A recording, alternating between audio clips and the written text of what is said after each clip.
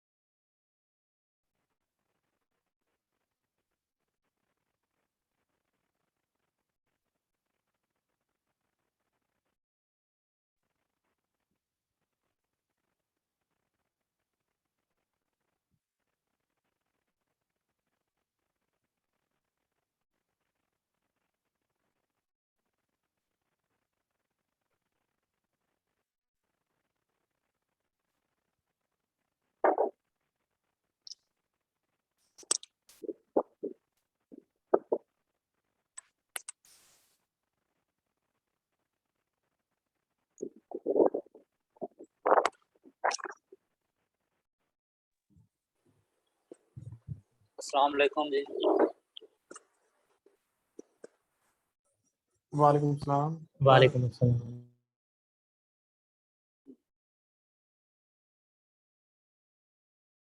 कैसा रहा जी आपका कल का lecture sale tax?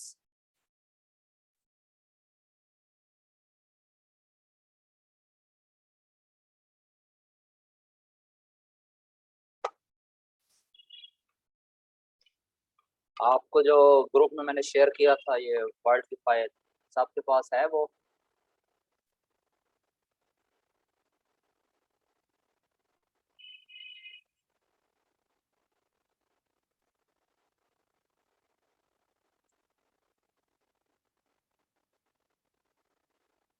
Screen share हो रही है सबको?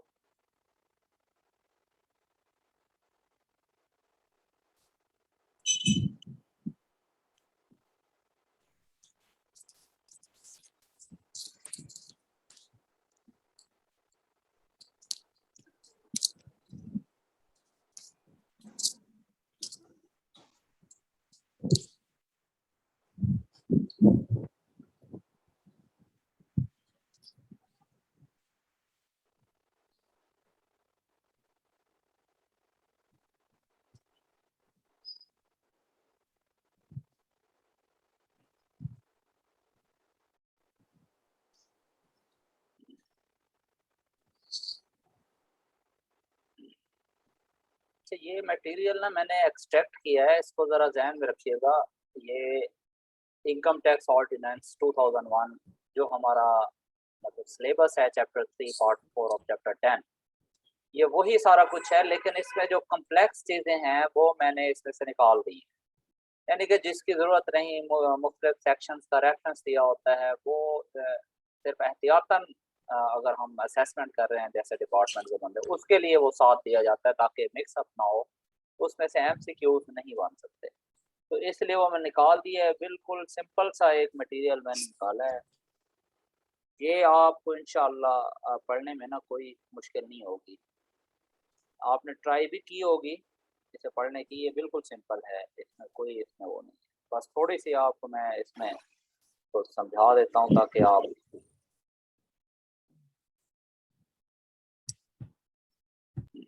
इनकम टैक्स पहले पढ़ा है आपने, सेल टैक्स, वो सेल क्या होता है, ये है इनकम।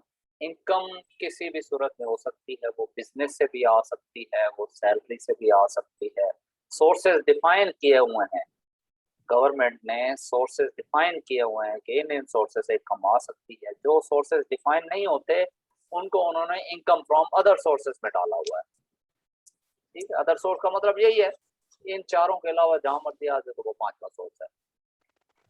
स्टार्ट करते हैं हम जी। चैप्टर 3 का जो है उसकी क्या है नाम, टैक्स ऑन टैक्सेबल इनकम, उसका पार्ट है जी। ये पूरे ऑर्डिनेंस को ना ऐसे डिवाइड किया गया है, पहले चैप्टर है, फिर उसके पार्ट्स हैं, फिर आगे उसकी डिविजन्स हैं। तो ये चैप्टर 3 है, नाम है इसका टैक्स ऑन टैक्सेबल इनकम। इसका पार्ट 1 क्या है, कंप्यूटेशन ऑफ टैक्सेबल इनकम, हम उसको कंप्यूट कैसे करते हैं, उसको कैलकुलेट कैसे करते हैं।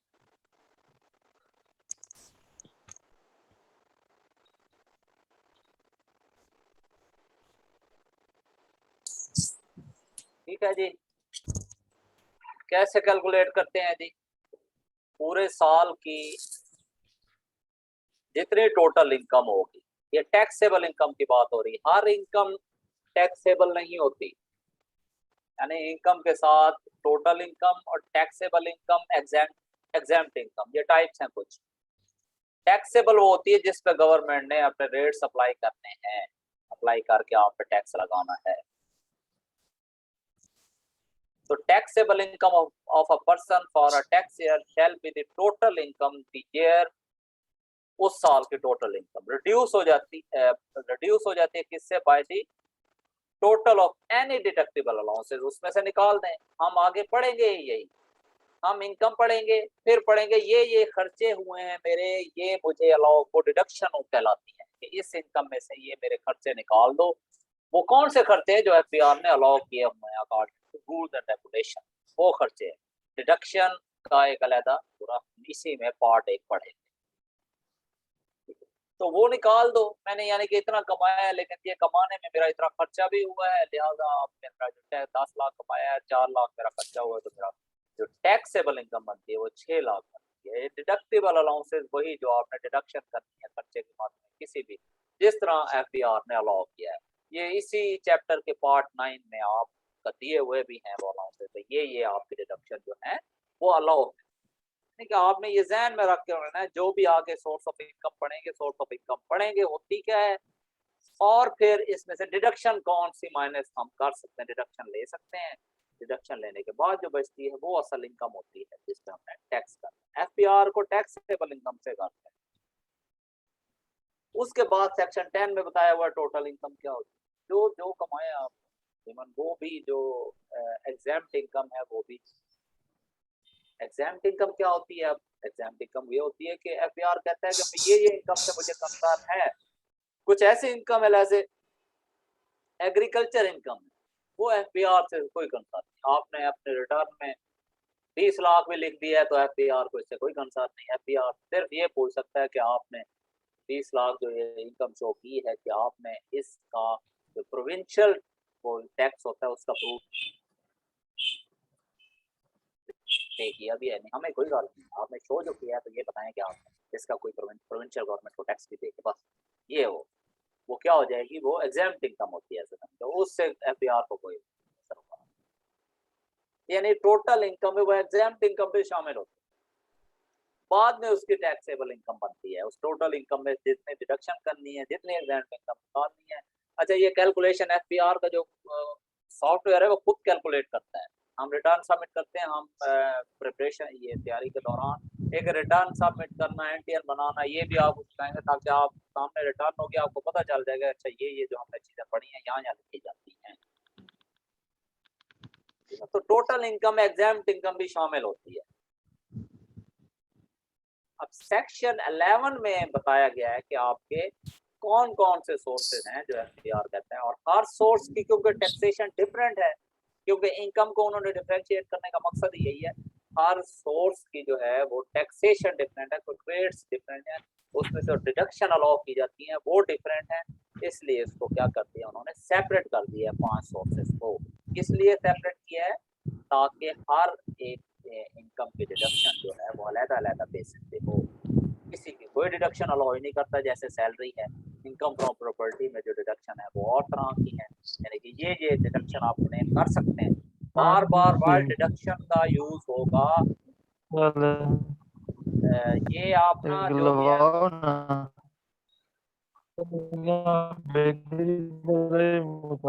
है कि कोई इशू है तो वो मैसेज कर दे। मेरा बैठे बोल रही होने मेरे बैठे वैसे बोल रही होने क्लास है ना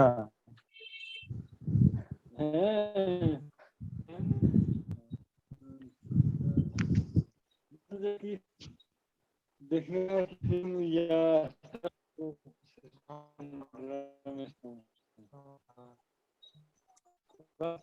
काइंडली अपने माइक से जो है बंद करते हैं।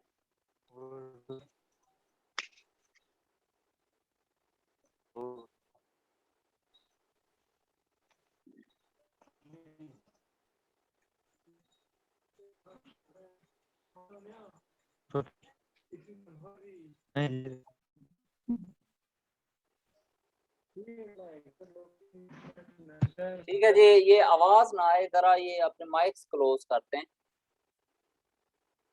आपको कोई इशू है? मैं म्यूट।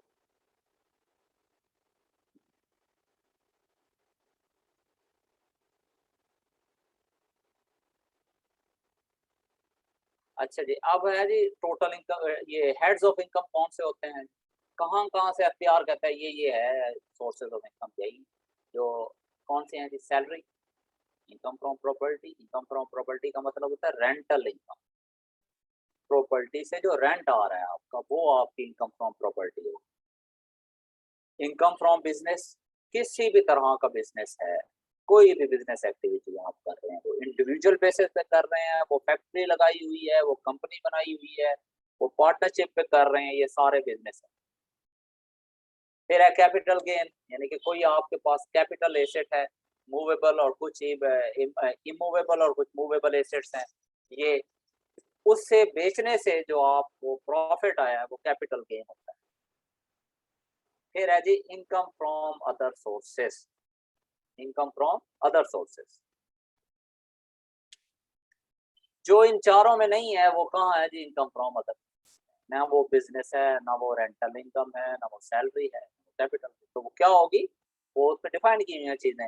ओके, इसका आसान सवाल है, यानी उनमें नहीं है तो वो क्या है, इनकम फ्रॉम अदर सोर्सेज। ये डिफरेंशिएशन आप पढ़ेंगे, एमसीक्यू इसी तरह के बन सकते हैं। आप इसमें से आप एग्जाम इनकम का अलग चैप्टर पढ़ेंगे तो वो आपको एमसीक्यूज आ सकता है कि इनमें से कौन सी इनकम है जो एग्जाम, तो आप जब पढ़ लेंगे तो ये चूज कर लेंगे। टोटल इनकम क्या होती है, including exempt income, excluding exempt income, including deductible allowance, ये इस तरह के एमसीक्यूज बन सकते हैं। जो रेट्स ऑफ टैक्सेस है ना, ये ध्यान में रखने, रेट्स ऑफ टैक्सेस, किस रेट से टैक्स अप्लाई होता है वो आपके इनकम टैक्स का पार्ट नहीं है। इनकम टैक्स का वही चीज है, ये ध्यान में रखिएगा, जो यहाँ पे आपको पढ़ाया जा रहा है, जो इस चैप्टर 3 में अवेलेबल है, वही रेट्स, मुख्तलिफ रेट्स का जिक्र होगा कि इस रेट पे टैक्स होगा, इस रेट पे वो रेट्स भी लिखे हुए, टीवी शेड्यूल लिखे होंगे, इस शेड्यूल के मुताबिक ये आप टैक्स देख लें। तो वो वहाँ पे जो रेट्स गिवन है वो आपके सिलेबस का हिस्सा नहीं है, जिसमें आपको रेट्स पूछे जाए फला इनकम का क्या रेट है, फला इनकम का क्या रेट, क्या परसेंटेज। ठीक है जी, तो इस पे कंफ्यूज नहीं होना, आगे ये होंगे। तो ये 3 सेक्शन बड़े इंपॉर्टेंट हैं जी, 9, 10, 11। आगे हम इसके पार्ट वाइज जो है अलग अलग हर इनकम को क्या है जी कैलकुलेट करना, इनकम होती क्या है, सैलरी या जो भी है, और इससे डिडक्शन कौन सी अलाउ है, ये हम पढ़ेंगे पार्ट 2 में।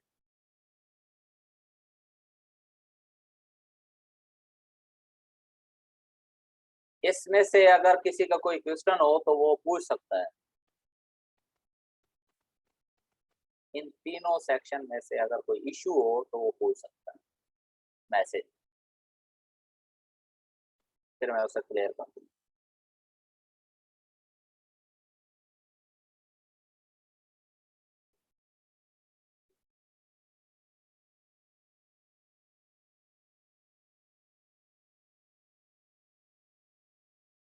मेरी आवाज सब तक सही आ रही है? जिसे आवाज क्लियर नहीं आ रही तो वो बता दे।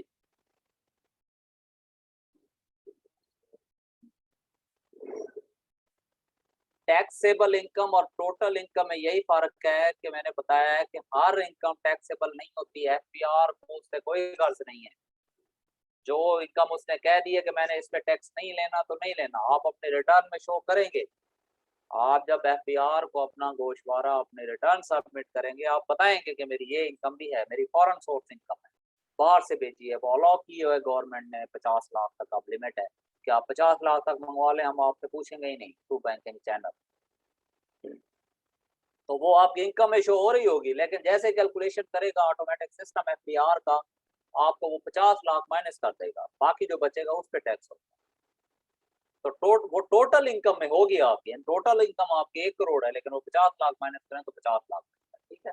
इसी तरह डिडक्टिबल अलाउंसेस भी माइनस करते हैं। वो डिडक्टिबल अलाउंसेस क्या है, एफपीआर कहता है कि आप कोई भी इनकम अर्न करते हैं, कहीं से भी कमाते हैं, आपका कोई खर्चा भी होता है।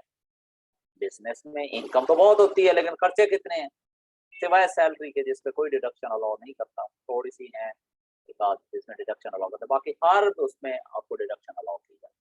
तो टोटल इनकम और टैक्सेबल इनकम का जो डिफ्रेंसिएशन है वो बिल्कुल क्लियर है कि एफपीआर ने जिस पे टैक्स अप्लाई करना है, आप रिटर्न में अपनी जितनी मर्जी इनकम शो करते हैं, लेकिन वो एग्जाम्प्ट के अलहदा बने होते हैं कि ये मेरी इनकम है, ये एग्जाम्प्ट है।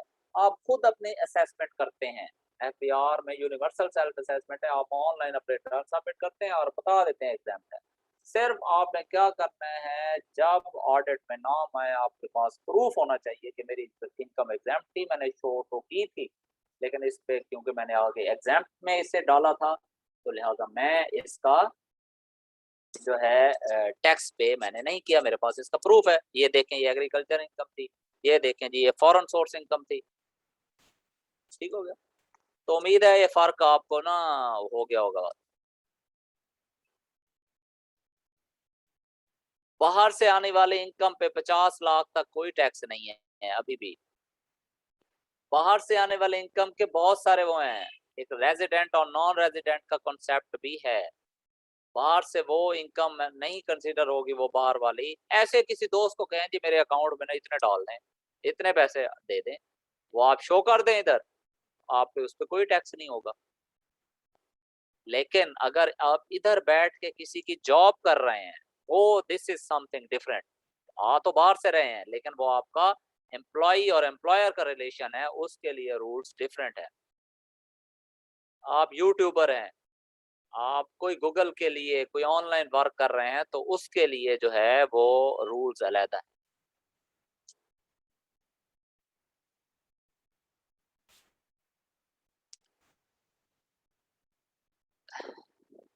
वॉइस किसको क्लियर नहीं आ रही? एक तो जुनेद और रहमान साहब को नहीं आवाज आ रही क्लियर, ये नेट इशू होगा, अदरवाइज यहाँ से तो कोई इशू नहीं है।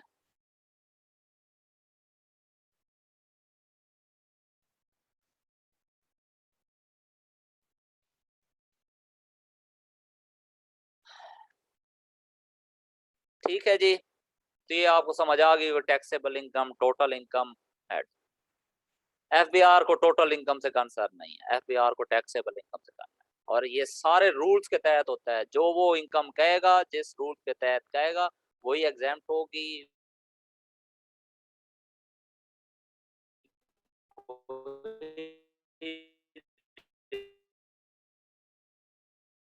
डिडक्शन होगी उसी चीज की, अदरवाइज अब एफबीआर कहेगा कि इसका प्रूफ दे, तो देना पड़ेगा।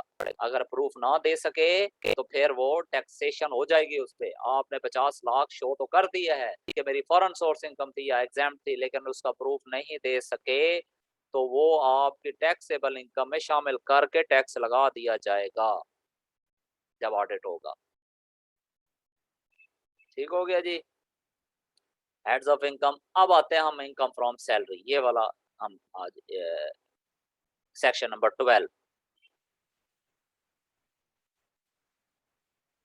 कोई भी वो अभी तक ये कॉन्सेप्ट होगा हमारे जहन में कि जो हमारे हाथ में कैश आता है, जो सैलरी दे दी, क्योंकि आम जॉब्स तो यही होते हैं। कुछ जॉब्स कंपनीज की, मल्टीनेशनल कंपनी, ऐसी जॉब होती हैं, इतनी पर्क्स एंड प्रिविलेजेस होती हैं, गाड़ी, पेट्रोल, ये सारी चीजें, घर और नौकर, हर चीज दी जाती है, हर फैसिलिटी। तो कोई भी फैसिलिटी एम्प्लॉय एम्प्लॉयर रिलेशनशिप में एम्प्लॉयर एम्प्लॉय को देता है, वो whether in the form of cash और एनीथिंग एल्स, किसी भी सूरत में देता है, या कैश में कन्वर्ट ना भी हो सके तब भी वो किस में शामिल होगा, वो आपकी सैलरी की इनकम में। आपको पेट्रोल दे दिया है, वो पेट्रोल अगर 100 लीटर दिया है तो इसका मतलब है 100 को 120 से ज़रब देते हैं, वो आपकी सैलरी का हिस्सा है। आपको कोई नौकर दे दिया है, उसकी फेयर मार्केट वैल्यू, ये वर्ड यूज होता है इसमें, फेयर मार्केट वैल्यू। आप बहुत ज्यादा कम वैल्यू नहीं बता सकते, या डिडक्शन के लिए बहुत ज्यादा वैल्यू भी नहीं बता सकते जहाँ डिडक्शन आप कर रहे हैं। तो ये नहीं है कि आप कहें जी मैंने इस्लामाबाद में घर लिया था, मुझे दिया हुआ था कंपनी ने और उसका किराया था 10,000, ये एक्सेप्टेबल नहीं है। तो फेयर मार्केट वैल्यू के मुताबिक वो आपकी इनकम फ्रॉम सैलरी में शामिल किया जाएगा। लेट्स सपोज वो फेयर मार्केट वैल्यू लाख है, 1.5 लाख है, 2 लाख है, 2 लाख मंथली पे आपने, आपकी सैलरी का हिस्सा था वो, उस पर भी टैक्सेशन होगी। तो सारी चीजें जो आपको एम्प्लॉयर से मिलती हैं वो क्या होती हैं, टैक्सेबल होती हैं। इस सारे में यही लिखा हुआ है, ये मैं आपको पढ़ देता हूँ। Salary means any amount received by an employee from any employment whether of a revenue or capital nature, including any pay, wages, remuneration provided to an employee, including leave pay, pay in lieu of leave, overtime pay, bonus, ये commission fees, gratuity work, supplement, such as the unpleasant or dangerous working condition। यानी कि आपको अलहदा supplement दिया गया dangerous working condition के लिए, कोई रिस्क अलाउंस इस तरह के दिए गए हैं। Any perquisite other convert whether convertible to money और नॉट, कोई भी परकोजेट आपको मिला है, कोई भी मराहत मिली है, मनी में कन्वर्ट नहीं होती तो उसकी फेयर मार्केट वैल्यू देखी जाती है। Amount of any allowance provided by an employer to employee including the cost of living, subsistence, कोई भी आपको फैसिलिटी दी हुई है, रेंट, यूटिलिटी, एजुकेशन, एंटरटेनमेंट, बच्चों की फीसें वगैरह जैसे, travel allowance but shall not include any allowance, सिर्फ ये वाला अलाउंस। इसे पढ़ते हुए ना आप इसको ना एज ए हाईलाइटर इस्तेमाल कर सकते हैं, जो चीज़ आपको लगे इंपॉर्टेंट है तो उसे बोल्ड आप कर सकते हैं। But shall not include any allowance solely expended in the performance of, एक खास एम्प्लॉई है, उसकी खास किसी परफॉर्मेंस की वजह से, सबको मिल रहा है तो वो नहीं, खास परफॉर्मेंस की वजह से उसे दिया तो वो इंक्लूड नहीं होगा जस्ट। तो आप ये देख ले इसमें से कितने एमसीक्यूज बन सकते हैं। कौन सी चीज है जो आपकी जो वो नहीं है, सैलरी का पार्ट नहीं है, कौन सी चीज है जो आपकी सैलरी का पार्ट है। फेयर मार्केट क्या देखी जाएगी, उसकी कीमत कैसे लिखाई उस साल की वैल्यू, पिछले साल की वैल्यू, फेयर मार्केट वैल्यू, तो इसका आंसर फेयर मार्केट वैल्यू होगा। ठीक हो गया जी, यानी कि आप ये देख लें कि एमसीक्यूज किस तरह बन सकते हैं। Amount of any profit in लिeu ऑफ एडिशन टू सैलरी और wages including any amount received, क्या any consideration as a consideration for a person agreement to enter into employment relation. कोई एम्प्लॉयमेंट रिलेशन में कुछ उसने कह दिया कि ये आपको चीज एक्स्ट्रा मिलेगी, सैलरी से अलहदा मिलेगी, तो वो भी उसकी का पार्ट होगा। यानी लमसम ये है कि जो भी चीज आपको एम्प्लॉयर से मिलती है, यानी कि इसको याद करने का ये तरीका, ये सारी चीजें याद ना हो, तो जो भी चीज आपको एम्प्लॉयर से मिलती है वो क्या है, आपकी सैलरी का पार्ट है, इनकम फ्रॉम सैलरी है। ठीक हो गया। ये सेक्शन ई का रेफरेंस दिया हुआ है।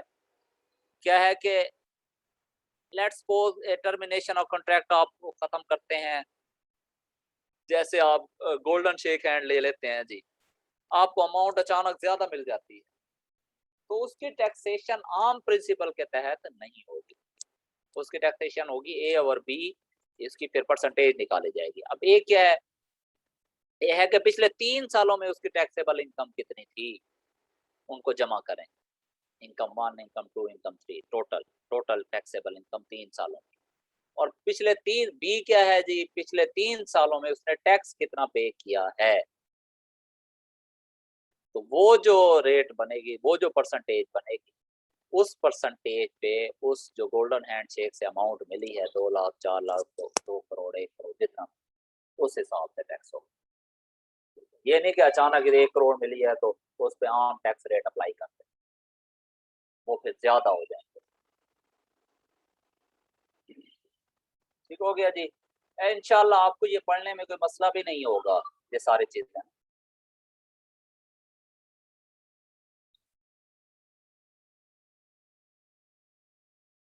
अच्छा, फिर आगे लिखा एनी अमाउंट चार्जेबल टू, कोई भी सैलरी से आपको अमाउंट आ रही है वो सारी इसी में आएगी, बस income from salary.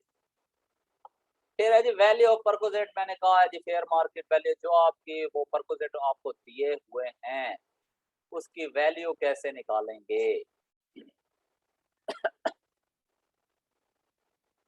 Fair market value का लफ्ज याद रखना है।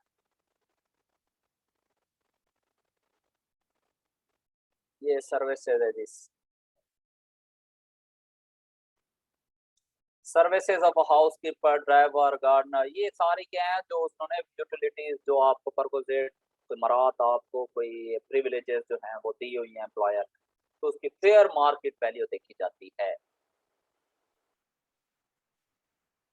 अच्छा, ऐसी अमाउंट भी शामिल होगी, ये ध्यान में रखें, ये वेव्ड, और कोई अमाउंट आपने किसी की देनी थी वो आपके एम्प्लॉयर ने पे कर दी, ठीक है, या आपने एम्प्लॉयर की कोई चीज पैसे देने थे वो वेव ऑफ कर दिए, जितने भी थे वो आपके इनकम फ्रॉम सैलरी में शामिल होंगे। किसने फायदा दिया आपको, एम्प्लॉयर ने दिया ना, आपको ये चीज एम्प्लॉयर से मिली, यानी एम्प्लॉय एम्प्लॉयर रिलेशन से कोई भी चीज आएगी तो वो बेंचमार्क रेट का वर्ड उसमें बीच में यूज हुआ है, वैसे मैंने तो उसने किया तो अलहदा से इसकी डेफिनेशन कि वो रेट है जो ये 2002 से शुरू हुए थे, फर्स्ट डे ऑफ जुलाई 2000, तो rate of 5% per annum. Services क्या जो दे सकता है आपको, include the provision of any facility, utilities क्या है, electricity, gas, water and telephone, सिर्फ यही है, ठीक है ना। तो इसमें से भी एमसीक्यू बन सकता है कि यूटिलिटीज क्या होती है, यानी कि आपको ड्राइवर दे दें तो वो यूटिलिटी नहीं है। अच्छा जी, फिर कुछ स्कीम अनाउंस करती हैं कोई कंपनी, एम्प्लॉय शेयर स्कीम के, उसमें कोई एग्रीमेंट के तहत उनको शेयर दे दिया जाता है कि आप ये शेयर खरीद लें हमारे, तो हम आपको इसमें से प्रॉफिट देंगे।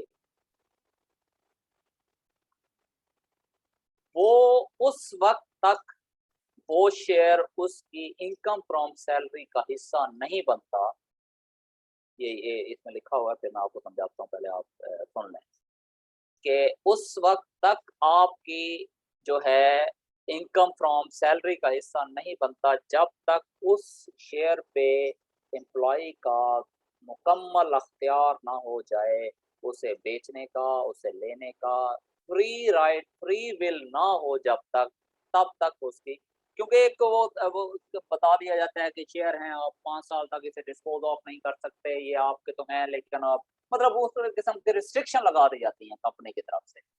तो जब तक वो ये लिखा हुआ है until the time employee has a free right to transfer the share or the employee disposes of the share, dispose of करने के लिए या ट्रांसफर करने के लिए उसका फ्री राइट है, तो तब वो शेयर जो है उसकी इनकम फ्रॉम सैलरी का हिस्सा बनेगा, अदरवाइज नहीं बनेगा। ये एम्प्लॉय शेयर स्कीम में अगर वो दिया गया है, रूल दिया गया है कि अगर कंपनी किसी एग्रीमेंट के तहत शेयर देती है और उस पे लगा देती है रिस्ट्रिक्शन कि आप इतने साल बेच नहीं सकते, तो ये नहीं कर सकते, जब तक वो आपका उसका कंप्लीट राइट नहीं हो जाता उस पे, तब तक वो इनकम फ्रॉम सैलरी का हिस्सा नहीं बनता। ठीक हो गया जी, फ्री राइट वाला कॉन्सेप्ट के ऊपर। अब इसकी वैल्यू कैसे निकालते हैं? जो शेयर खरीदने में जाहिर बात है कोई पैसे लगे होंगे, वो माइनस कर दें आप जितने का बिका है, यानी कि आपने 5 लाख उस वक्त भरे थे लेकिन आपको 10 लाख का गया है, तो उसमें से 5 लाख माइनस कर दें, बाकी जो है वो आपकी इनकम फ्रॉम सैलरी का हिस्सा बनेगा। उसी साल, जिस साल उसका फ्री राइट उसे मिला है डिस्पोज ऑफ करने का, उसी साल की इनकम को शामिल। क्या है जी एम्प्लॉय शेयर स्कीम? क्या है? And means any agreement or arrangement under which a company may issue shares in the company to an employee of the company of an employee of an associated company, the trustee of a trust. Under the trustee may transfer the share to an employee of the company or to an employee of an associated company. इस तरह जो वो share मिलते हैं तो वो आपकी salary का हिस्सा कब बनते हैं, इनकम फ्रॉम सैलरी का हिस्सा कब बनते हैं। ठीक हो गया जी। तो ये लेक्चर का टाइम वैसे 11 बजे तक लिखा हुआ है इनकम टैक्स के हवाले से, तो ये कभी लेक्चर क्वेश्चन आंसर में लेंथी हो सकता है, लेकिन 2 घंटे का लेक्चर तो कभी कभी हुआ करेगा। तो आज के लिए ना ये, क्योंकि ये पहला दिन है और हमने कुछ 3 और ये कुछ 6 सेक्शन पढ़ लिए हैं, तो आप इनको पढ़ेंगे। तो लेक्चर यहाँ पे मैं एंड कर रहा हूँ। अब आपका कोई क्वेश्चन है तो वो पूछ लें। इस हद तक इनकम फ्रॉम सैलरी हमने पढ़ा है, इस सेक्शन तक आपका कोई क्वेश्चन हो तो वो पूछ सकता है। ठीक है जी, अनम्यूट करके ना एक एक। इसमें कोई? वालेकुम अस्सलाम। जी सर ये मैं पूछना चाह रहा था कि इसमें सेक्शन है ABC है 1 2 3 है 4 5 6 है, ये सब हमने जुबानी याद करनी है, हमने ये सब कुछ याद किस तरह करनी है? मैं आपको बता देता हूँ, इसका पहले हमेशा कंफ्यूजन होती है with the passage of time. आपको कुछ सेक्शन तो वैसे 50% सेक्शन तो आपको वैसे याद हो जाने। इस सेक्शन का मतलब ये है क्योंकि जब आपको पता होगा कि एक चैप्टर है या एक पार्ट है, वो ये पार्ट इस सेक्शन से इस सेक्शन तक रहता है, ये 10 सेक्शन, जैसे रिकवरी है 137 से 146 तक रहती है, तो मेन सेक्शन हम आपको वैसे ही बता देंगे, वैसे आपको बार बार पढ़ने से याद भी हो जाएंगे। अब बाकी बचे और सेक्शन, तो उसके लिए हम आपको आखिर में इसको अल्फाबेटिक यानी कि कोडिंग डिकोडिंग से ना इंशाल्लाह कराने की कोशिश करेंगे। आपका 70 to 80% जो इशू है ये रिजॉल्व हो जाएगा। और जो क्वेश्चन आते हैं वो भी सारे के सारे सेक्शन इशू से, सेक्शन मैंने जो दिया था उस टाइम तो ग्रुप बनते हैं ना इसमें, क्योंकि FPSC के ग्रुप होते हैं, कोई 5-7 उन्होंने सेक्शन इस तरह पूछे थे, लेकिन वो जब ऑप्शन सामने होता है आप बार बार इस सेक्शन को पढ़ेंगे, ज़बानी याद करेंगे, जैसे मैं आप पढ़ा मुझे पता है section 9 taxable income, section 10 total, ये आपको इस तरह 50 to 60% वैसे याद हो जाने हैं। कुछ सेक्शन का इशू बनेगा वो आपको ना एक आखिर में मेथड बताएंगे वो हो जाएगा। मत आप ना कंफ्यूज ना हो। मैं आपसे ये कहना चाहता हूँ कि इन दिनों में ना आप जस्ट पढ़ने पे फोकस करें, ठीक है? ये ना देखें ये कैसे होगा, ये क्या, आज जो पढ़ा है ना इसको फोकस करें। जी सर। सर दूसरा मैं पूछना चाह रहा था, ये पेज के आखिर में ये स्मॉल वर्ड्स में कुछ इंस्ट्रक्शन दी गई है, वो भी पढ़ना है? नहीं, मैं आपको बताता, इसलिए तो मैंने ये आपको वर्ल्ड की फाइल दी है। इस वर्ल्ड की फाइल में वो चीजें मैंने डिलीट कर दी हैं। वो क्या होती है, वो इंस्ट्रक्शन नहीं होती, वो होती है अमेंडमेंट। वो ये बता रही होती हैं कि ये वाली अमेंडमेंट इस साल आई थी, ये वाली अमेंडमेंट इस साल खत्म हुई थी, ये वर्ड इस तरह सब्स्टिट्यूट हुआ था। वो तो बिल्कुल अननेसेसरी है ना। ये नहीं करना। नहीं, वो अमेंडमेंट होती है, वो आपका काम नहीं है। वो कोई असेसमेंट हो रही हो तो देखा जाता है कि अच्छा ये अमेंडमेंट आई कब थी। अब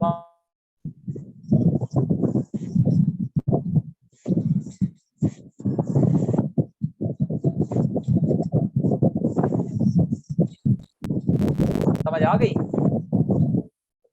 जी सर। और किसी का कोई क्वेश्चन? सर मेरा एक क्वेश्चन है। जी सर हमने तो डेफिनेशन वाले सेक्शन से नहीं स्टार्ट करना था, आपने तो डायरेक्ट सेक्शन 9 से स्टार्ट करवा दिए। नहीं, हमने डेफिनेशन वाले चैप्टर से स्टार्ट नहीं करना। हमारे डेफिनेशन वाला चैप्टर जो है, जो चीजें इसी में आएंगी हम उसी की डेफिनेशन करेंगे बस, क्योंकि हमारे सिलेबस का हिस्सा नहीं है वो। सेक्शन 2 हिस्सा नहीं है? नहीं, सेक्शन 9 से है। आपको सिलेबस मैंने ऊपर बताया है, चैप्टर 3 सेक्शन 9 से शुरू होता है। सेक्शन 9 से 60 और सेक्शन 137 से 146, बस यही हमने करना है।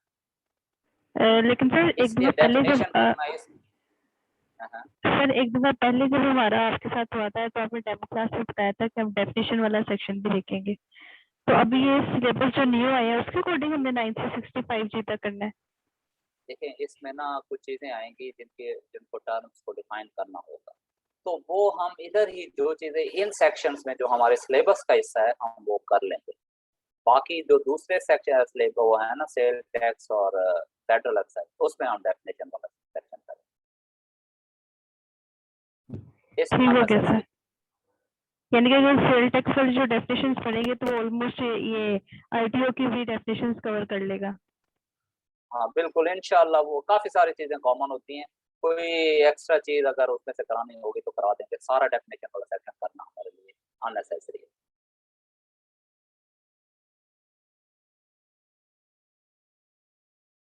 जी नेक्स्ट। सर ये जो लास्ट वाले कुछ सेक्शंस हैं ये थोड़ा सा स्पीडी आपने बताए हैं। काइंडली थोड़ा सा ओवरव्यू दोबारा इनका दे दें, इतना क्लियर नहीं हो सका ये मुझे। जी मैं बता देता हूँ। हमने पढ़ाया जी जी प्लीज।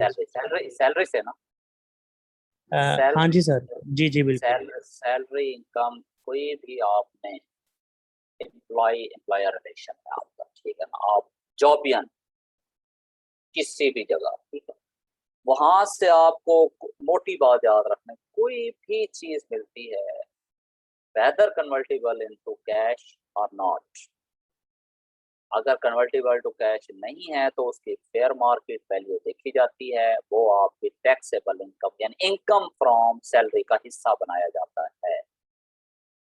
ये किसका काम होता है? अच्छा ये बात भी जहन रख लें कि ये आपके एम्प्लॉयर, क्योंकि एम्प्लॉयर एक विदहोल्डिंग एजेंट है।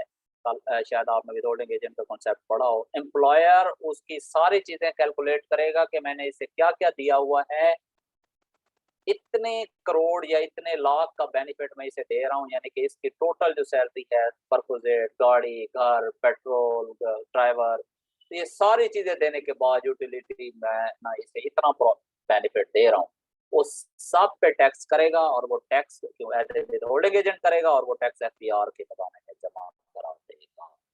किसका काम है ये? एम्प्लॉयर का काम, कैलकुलेट करना हर चीज जो उसने उसे दी हुई। और अगर कल को ऑडिट हो गया और उसने अकॉर्डिंग टू रूल्स ना किया हुआ तो employer itself is responsible to pay that arrears, वो टैक्स वो खुद पे करेगा। इसलिए वो ध्यान से हर चीजें कैलकुलेट करेगा कि मैंने अपने एम्प्लॉय को क्या क्या दिया हुआ है, क्योंकि बड़ी बड़ी कंपनीज होती हैं 50-50 लाख उनका एक एम्प्लॉय पे भी खर्चा हो रहा होता है, ऐसे भी होते हैं मैनेजर या हायर पोस्ट के लिए। बात समझ आई आपको? तो ये सैलरी की इनकम में ना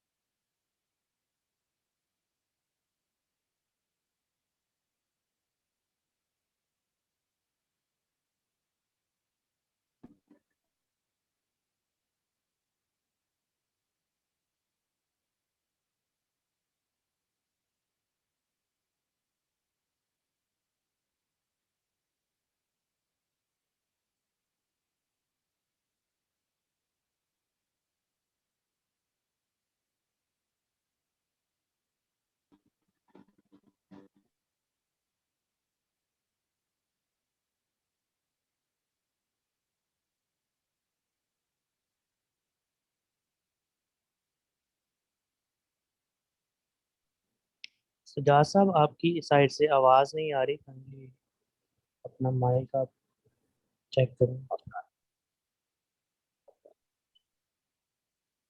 अच्छा जी, अब आवाज आ रही है?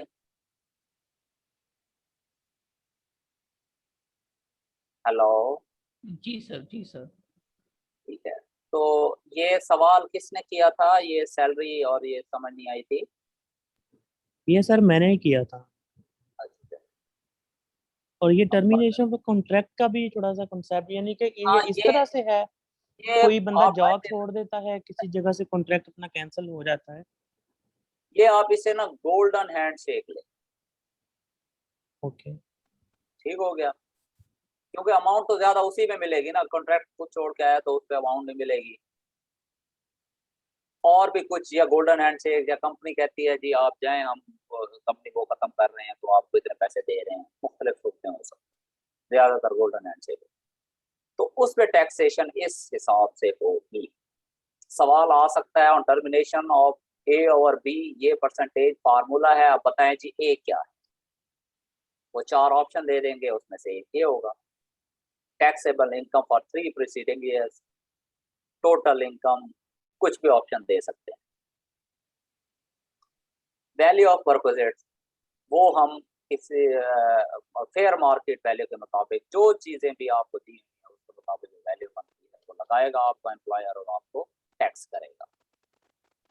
फिर है एम्प्लॉय शेयर स्कीम, ये पढ़ा है हमने। एम्प्लॉय शेयर स्कीम क्या होती है, किस लिए, पहले यही पढ़ लेते हैं एम्प्लॉय शेयर स्कीम होती क्या है। कि एम्प्लॉय शेयर स्कीम है कि कोई company an employee of the company और एम्प्लॉय ऑफ एसोसिएटेड पर्सन कोई शेयर इशू करता है।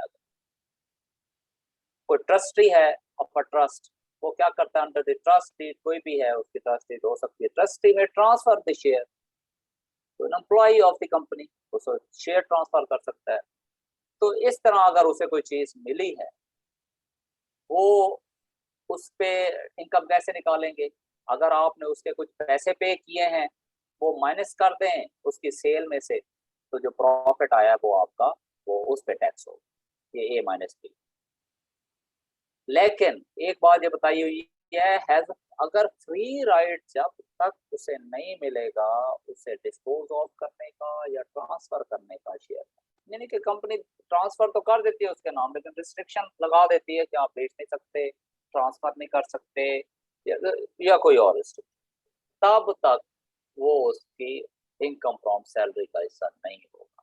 लेकिन जिस साल बनेगा उसे फ्री राइट मिलेगा, उसी साल वो उसकी टैक्सेबल इनकम का है क्या बन जाएगा, taxable income sorry income from salary का पार्ट बन जाएगा। उसी साल के हिसाब से फिर जितना प्रॉफिट आया है उस पर, तो वो उस पर टैक्सेशन होगी। अगर उसे खरीदने के लिए उसे कोई पैसे नहीं देने पड़े थे तो इसमें से माइनस कोई चीज भी नहीं, जितने चीजें आई हैं तो फिर उस पर टैक्स पे। ठीक है जी, समझ आ गई जी आपको?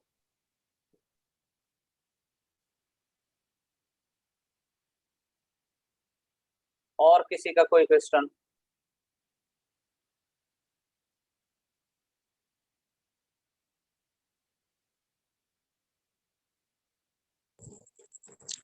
सर मेरा एक सवाल है। जी जी। सर ये जो एम्प्लॉयर मतलब सालाना बेस पे ये अपने एम्प्लॉय को ईडी वगैरह देते हैं, तो ये भी इनकम फ्रॉम सैलरी में शामिल होगी। और दूसरा ये कि जैसे बैंक में मतलब बहुत सारी ब्रांचेज है, किसी बैंक की बहुत सारी ब्रांचेज हैं, तो किसी एक ब्रांच को ना परफॉर्मेंस बेस पे ना परफॉर्मेंस अवार्ड मिलता है, प्राइज मिलता है, तो वो पूरी ब्रांच पे डिवाइड होता है, तो वो भी सर क्या इनकम फ्रॉम सैलरी में शामिल होगा? जी, ये क्या? सारी चीजें शामिल है, सारी चीज। अगर वो जर्नल बेसिस में मिला है, किसी एक एम्प्लॉय को मिला है, तो वो नहीं होगा।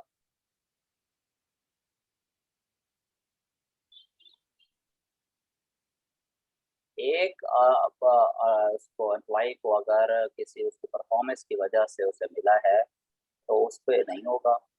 अगर जनरल बेसिस पे जैसे मिलता है कि कंपनी की पॉलिसी है, बैंकिंग की पॉलिसी है, बैंक भी एक कंपनी है, तो उस पे होगा।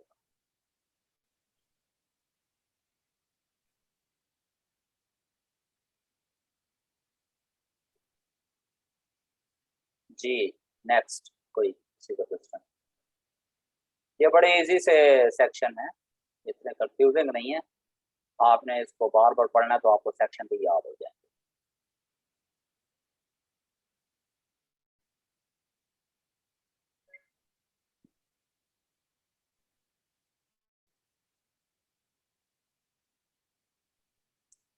इंग्लिश भी मैंने आपको कराना है, इसलिए ये हम जैसे ऑर्डिनेंस के साथ हमें इंग्लिश भी चलानी है, इसलिए ऑर्डिनेंस के जो सेक्शन है सर ये एक भाई पूछ रहे हैं कि ये जो शेयर स्कीम्स में जो शेयर्स के डिविडेंड होते हैं वो भी टैक्सेबल होते हैं, सैलरी वो में आगे वो आएंगे? डिविडेंड उसमें आते हैं, इनकम फ्रॉम अदर सोर्स में आते हैं। ओके, उनकी उनकी डिटेल भी हम आगे पढ़ेंगे ना? हाँ हाँ, इनकम फ्रॉम अदर सोर्सेज में आते हैं। Okay sure sir. ठीक है जी, हम ये लेक्चर एंड कर रहे हैं।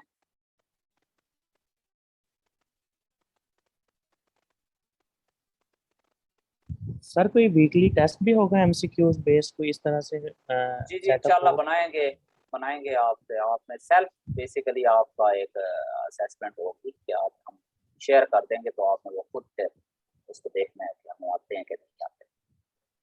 Okay sir, thank you.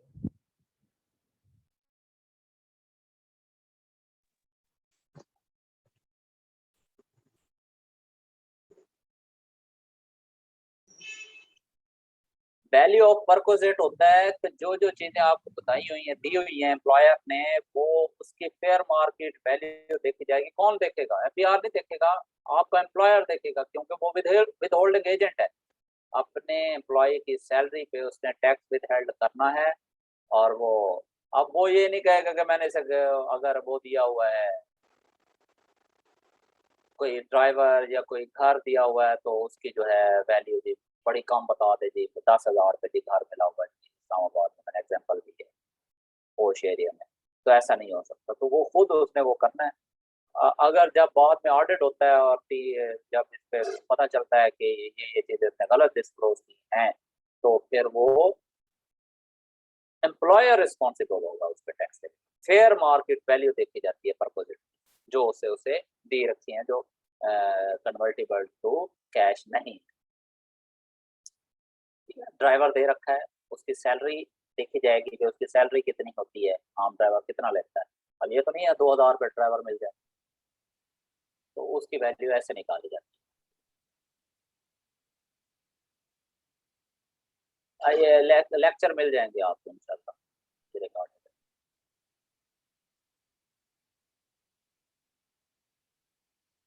कल हम इंशाल्लाह इनकम फ्रॉम प्रॉपर्टी पढ़ेंगे।